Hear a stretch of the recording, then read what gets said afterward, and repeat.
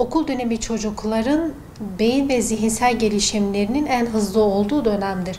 Okul döneminde çocukların akademi başarısına önem verildiği gibi çocukların beslenme alışkanlıklarına da önem verilmesi gerekiyor. Beslenme alışkanlıkları ailede, yani evde başlar ve anne baba çocukların rol modelidir.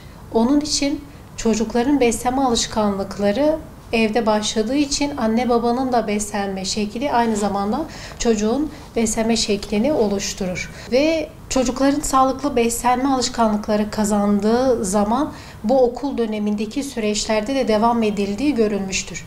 Onun için sağlıklı beslenme alışkanlıkları çocuğu küçük yaşta öğretilmesi gerekiyor.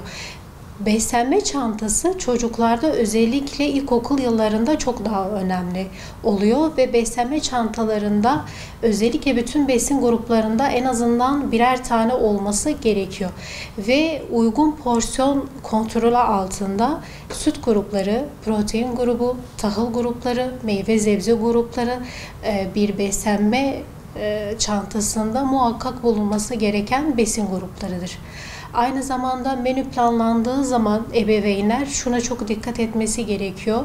Aynı besini sık sık çocuğa yedirilmemesi gerekiyor. Çünkü çocuk sıkılır ve o besini tüketmemeye başlar. Her zaman çeşitlilikten yana olmamız gerekiyor. Bu daha çok çocuğun hoşuna gidecektir. Okul dönemindeki çocuklar özellikle bir ana bir ara öğün daha çok tavsiye ediyoruz. Ana yemeklerde tam tahıl ekmeğinden oluşmuş bir sandviç olabilir ve tabii sandviçin içerisinde yumurta olabilir, peynir olabilir, zeytin, söğüş dediğimiz bol yeşillikler olabilir.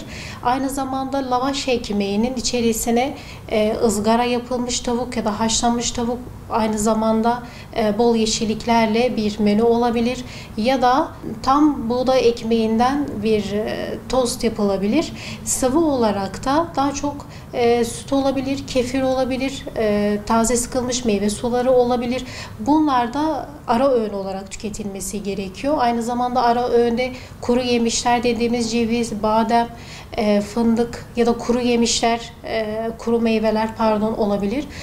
Bunlar bu şekilde kombine edilebilir beslenme çantalarında. Özellikle ebeveynler tabii yoğun iş hayatından olsun ya da kolaya kaçmak amaçlı olsun daha çok paketli ürünler ya da kalorisi yüksek olan ama besin değeri olmayan besinlerle çocuklara bir beslenme çantasına ya da bu şekilde çocuklar beslendiği zaman bu tabii ki okul hayatını, çocuğun gelişimini maalesef ki olumsuz yönden etkiliyor. Sağlıklı beslenen bir çocuğun aslında hem derslere karşı olan performansı artmış oluyor hem de sağlık açısından daha çok güzel gelişmiş, desteklemiş oluyor aslında.